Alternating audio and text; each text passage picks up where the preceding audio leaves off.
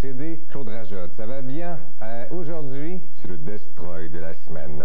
Premier album aujourd'hui, la chronique critique principale, c'est pas mal. C'est bon, pas pire.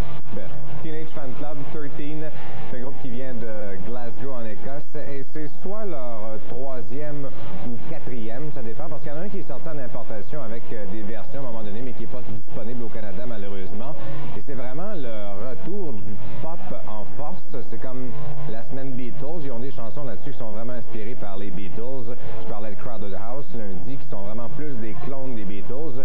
Teenage Fan Club, ça se rapproche peut-être plus de ce que les Byrds faisaient au milieu des années 60.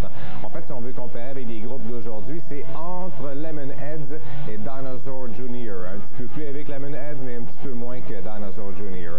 C'est vraiment un son américain. On dirait pas qu'ils viennent de là-bas. Et l'album sort assez rapidement. Benoît Gonesse, c'était sorti l'an dernier, il n'y a même pas un an et demi, mais ils sont 4 à écrire, donc ça prend moins de temps. Et apparemment, il y avait à peu près 45 chansons pour choisir.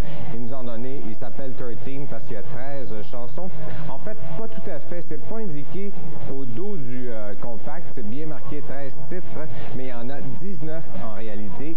C'est marqué sur le bord, si vous voulez, le pourtour du compact. Donc, en fin de compte, il y a 19 chansons, il n'y en a pas 13. Moi, j'avais préféré Benoît Gonesse, que je trouvais que c'est un album un peu plus varié, des chansons un peu plus accrocheuses. Il y en a des assez lancinantes là-dessus, comme Song to the Cynic. C'est bon, mais ça pourrait être un petit peu plus original. C'est la raison pour laquelle je vais donner un 6. Donc, c'est passable, mais j'ai été un peu déçu par l'album. Donc, n'oubliez pas, il n'y a pas 13 chansons, mais il y en a bel et bien 19. Et nous, on regarde le clip Hang On, qui est une des